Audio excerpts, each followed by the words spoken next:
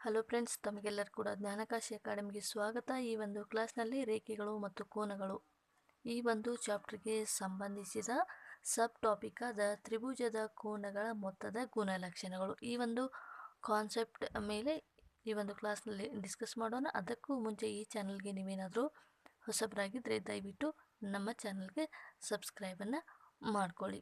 Okay, ಇವಾಗ ತ್ರಿಭುಜದ ಕೋನಗಳ ಮೊತ್ತದ ಗುಣಲಕ್ಷಣಗಳು ಏನೇನಿದ್ದಾವೆ ಅವುಗಳಿಗೆ ಸಂಬಂಧಿಸಿದ ಪ್ರಮೇಯಗಳನ್ನು ಕೂಡ ಈ ಒಂದು ಕ್ಲಾಸ್ನಲ್ಲಿ ಡಿಸ್ಕಸ್ ಮಾಡೋಣ. ಇವಾಗ ಮೊದಲನೇದಾಗಿ ಒಂದು ತ್ರಿಭುಜದ ಎಲ್ಲ ಒಳಕೋನಗಳ ಮೊತ್ತ 180 ಎನ್ನುವಂಥದ್ದು ನಮಗೆ ಆಲ್ರೆಡಿ ಗೊತ್ತಿದೆ. ಹಾಗಾದರೆ ಪ್ರಮೇಯ 6.7 ಏನು ಹೇಳುತ್ತೆ ಅಂದರೆ ಒಂದು ತ್ರಿಭುಜದ ಎಲ್ಲ ಒಳಕೋನಗಳ ಮೊತ್ತ 180 ಡಿಗ್ರಿಗೆ ಸಮನಾಗಿ ಇರುತ್ತೆ. ಹಾಗಾದರೆ ನಾವು ಸಾಧನೆಯನ್ನು ಮಾಡಬೇಕಾದ್ರೆ ಈ ಹೇಳಿಕೆಯನ್ನು ಕೊಟ್ಟಿರುವಂಥದ್ದು ಪೂರ್ವ ಸಿದ್ಧಾಂತವಾಗಿರುತ್ತದೆ. ಇದು ಒಂದು ಪೂರ್ವ ಸಿದ್ಧಾಂತ ಆಗಿರೋದ್ರಿಂದ ನಾವು ಇದನ್ನು ತ್ರಿಭುಜ P Q R angle 1 angle 2 angle 3 okay ಎಲ್ಲ ತ್ರಿಭುಜದ ಒಳಕೋನಗಳ ಮೊತ್ತ 180 ಡಿಗ್ರಿಗೆ ಸಮನಾಗಿ ಇರುತ್ತೆ.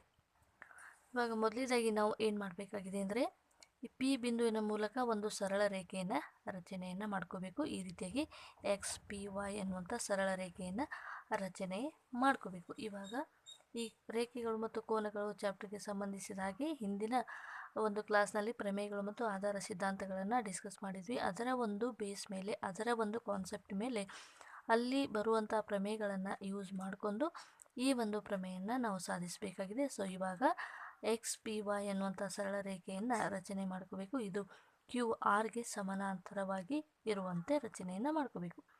ಆವಾಗ ಏನಾಗತ್ತೆ ಅಂದರೆ ಎಕ್ಸ್ ಪಿ ವೈ ಎಲ್ಲ ಒಳಕೋನಗಳ ಮೊತ್ತ 180 ಡಿಗ್ರಿಗೆ ಸಮನಾಗಿರುತ್ತದೆ ಎನ್ನುವಂಥದ್ದು ಗೊತ್ತಿರಬೇಕು. ಆ್ಯಂಗಲ್ 4, ಆ್ಯಂಗಲ್ 1, ಆ್ಯಂಗಲ್ 5 ಎಲ್ಲ ಕೋನಗಳ ಮೊತ್ತ 180 ಡಿಗ್ರಿಗೆ ಸಮನಾಗಿ ಇರುತ್ತೆ. ಯಾಕಂದರೆ ಇವು ಸರಳ ಯುಗ್ಮಗಳು ಅಂತ ನಾವಿಲ್ಲಿ ಹೇಳ್ಬೋದು. ಓಕೆ, ಹಾಗಾದರೆ ಎಕ್ಸ್ ಪಿ ವೈಗೆ ಪ್ಯಾರಲಲ್ ಆಗಿ ಕ್ಯೂ ಆರ್ ಇರುತ್ತೆ. ಎಕ್ಸ್ ಪಿ ವೈಗೆ ಕ್ಯೂ ಆರ್ ಎನ್ನುವಂಥದ್ದು ಪ್ಯಾರಲಲ್ ಆಗಿ ಇರುತ್ತೆ. ಹಾಗಾದರೆ ಆ್ಯಂಗಲ್ 4 ಮತ್ತು ಆ್ಯಂಗಲ್ 2 ಎರಡು ಕೂಡ ಸಮನಾಗಿದ್ದಾವೆ. Angle 2 angle 4 ಸಮನಾಗಿದ್ದಾವೆ. ಯಾಕಂದರೆ ಈಗ ಕ್ಯೂ ಆರ್ ಎನ್ನುವಂಥ ಒಂದು ಕ್ಯೂ ಆರ್ಗೆ ಎಕ್ಸ್ ವೈ ಎನ್ನುವಂಥ ಸಮಾಂತರ ರೇಖೆ ಇದೆ. ಕ್ಯೂ ಪಿ ಎನ್ನುವಂಥದ್ದು ಇಲ್ಲಿ ಛೇದಕ ರೇಖೆ ಆಗಿರುತ್ತೆ. ಈ ಛೇದಕ ರೇಖೆಗೆ ಆ್ಯಂಗಲ್ 4 ಆ್ಯಂಗಲ್ 2 ಎರಡು ಕೂಡ ಪರ್ಯಾಯ ಕೋನಗಳು ಆಗಿರ್ತವೆ. ಅದೇ ರೀತಿಯಾಗಿ ಆ್ಯಂಗಲ್ 5ಗೆ ಆ್ಯಂಗಲ್ 3 ಸಮನಾಗಿರುತ್ತೆ. ಯಾಕಂದರೆ ಎರಡೂ ಕೂಡ ಪರ್ಯಾಯ ಕೋನಗಳು. ಇವಾಗ ಕ್ಯೂ ಆರ್ಗೆ ಮತ್ತು ಎಕ್ಸ್ ವೈಗೆ ಪಿ ಆರ್ ಎನ್ನುವಂಥದ್ದು ಛೇದಕ ರೇಖೆ ಆದರೆ ಆ್ಯಂಗಲ್ 5ಗೆ ಆ್ಯಂಗಲ್ 3 ಎನ್ನುವಂಥದ್ದು ಪರ್ಯಾಯ ಕೋನ ಆಗಿರುತ್ತೆ.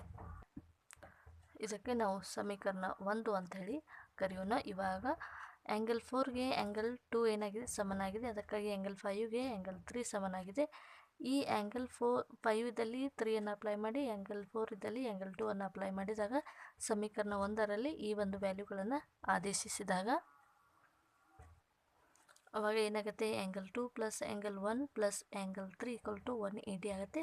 ಸೊ ಇಲ್ಲಿ ನೋಡಿ ಆ್ಯಂಗಲ್ 1 ಆ್ಯಂಗಲ್ 2 ಆ್ಯಂಗಲ್ 3 = 180 ಡಿಗ್ರಿ ಆಗುತ್ತೆ. ಇವಾಗ ಈ ಒಂದು ಪ್ರಮೇಯವನ್ನು ನಾವೀಗ ಎಲ್ಲ ತ್ರಿಭುಜದ ಒಳಕೋನಗಳ ಮೊತ್ತ 180 ಡಿಗ್ರಿಗೆ ಸಮನಾಗಿರುತ್ತದೆ ಎನ್ನುವಂಥದ್ದು ಗೊತ್ತಾಯಿತು. ಹಾಗಾದರೆ ತ್ರಿಭುಜದ ಬಾಹ್ಯಕೋನ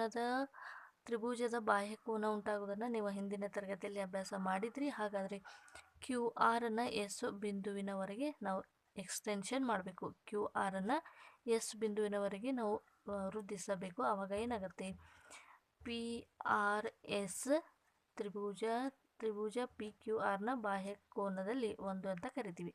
ಇವಾಗ ತ್ರಿಭುಜ ಪಿ ಕ್ಯೂ ಆರ್ ಅಂತ ಇದೆ. ಕ್ಯೂ ಆರ್ ರೇಖೆಯನ್ನು ಎಸ್ ವರೆಗೆ ವೃದ್ಧಿಸಿದಾಗ ಅಲ್ಲಿ ಉಂಟಾಗುವಂಥ ಕೋನಕ್ಕೆ ನಾವು ಈ ತ್ರಿಭುಜದ ಬಾಹ್ಯ ಕೋನ ಅಂತ ಹೇಳಿ ಕರಿತೀವಿ. ಹಾಗಾದರೆ ಇವಾಗ ನೋಡಿ ಆ್ಯಂಗಲ್ 3 ಆ್ಯಂಗಲ್ 3 ಮತ್ತು ಆ್ಯಂಗಲ್ 4 ಎರಡು ಕೋನಗಳು ಏನಾಗಿದ್ದಾವೆ ಸರಳ ಯುಗ್ಮಗಳಿದ್ದಾವೆ. ಹಾಗಾಗಿ ಈ ಎರಡು ಕೋನಗಳ ಮೊತ್ತ 180 ಡಿಗ್ರಿಗೆ ಸಮನಾಗಿ ಇರುತ್ತೆ. ಹಾಗಾದರೆ ಆ್ಯಂಗಲ್ 1 ಪ್ಲಸ್ ಆ್ಯಂಗಲ್ 2 ಆ್ಯಂಗಲ್ 3 = 180 ಅಂತ ನಮಗೆ ಆಲ್ರೆಡಿ ಸಿಕ್ಕಿದೆ. ಹಾಗಾದರೆ ಆ್ಯಂಗಲ್ 4 = 1 + 3. ಇವಾಗ angle 4ಗೆ angle 1 plus angle 2 angle 4ಗೆ angle 1 angle 2 ಎರಡು ಸಮನಾಗಿರುತ್ತೆ. ಇದು ಏನು ಹೇಳುತ್ತೆ ಅಂದರೆ ಈ ಒಂದು ತ್ರಿಭುಜದ ತ್ರಿಭುಜದ ಬಾಹ್ಯ ಕೋನವು ಅದರ ವಿರುದ್ಧ ಆಂತರಿಕ ಕೋನಗಳಿಗೆ ಸಮನಾಗಿ ಇರುತ್ತದೆ ಎನ್ನುವಂಥದ್ದು ನಮಗೆ ಗೊತ್ತಿರಬೇಕು. ಒಂದು ತ್ರಿಭುಜದ ಮೇಲಿನ ಮೊತ್ತದ ಗುಣಲಕ್ಷಣಕ್ಕೆ ಸಂಬಂಧಿಸಿದ ಹಾಗೆ ಮೊದಲನೇದಾಗಿ ಏನು, ತ್ರಿಭುಜದ ಎಲ್ಲ ಒಳಕೋನಗಳ ಮೊತ್ತ 180 ಡಿಗ್ರಿಗೆ ಸಮನಾಗಿ ಇರುತ್ತೆ. ಇನ್ನೊಂದು ಏನು ಹೇಳಬೇಕಂದ್ರೆ ತ್ರಿಭುಜದ ಬಾಹ್ಯ ಬಿಂದು, ಇನ್ನೊಂದು ಏನು ಅಂದರೆ ತ್ರಿಭುಜದ ಕೋನಗಳ ಮೊತ್ತದ ಗುಣಲಕ್ಷಣಕ್ಕೆ ಸಂಬಂಧಿಸಿದ ಹಾಗೆ ತ್ರಿಭುಜದ ಒಂದು ಬಾಹುವನ್ನು ವೃದ್ಧಿಸಿದಾಗ ಉಂಟಾಗುವಂತಹ ಕೋನವು ಬಾಹ್ಯ ಕೋನ ಅಂತ ಕರಿತೀವಿ. ಈ ಬಾಹ್ಯ ಕೋನವು ಅದರ ಅನುರೂಪ ಕೋನ ಅವು ಅಂತರಾಭಿಮುಖವಾದ ಕೋನಗಳ ಮೊತ್ತಕ್ಕೆ ಸಮನಾಗಿ ಇರುತ್ತದೆ ಎನ್ನುವಂಥದ್ದು ಪ್ರಮೇಯ 6.8 ಆಗಿರುತ್ತೆ. ನೋಡಿ, ಇನ್ನೊಮ್ಮೆ ನೆನ್ಪಿಟ್ಕೊಳ್ಳಿ.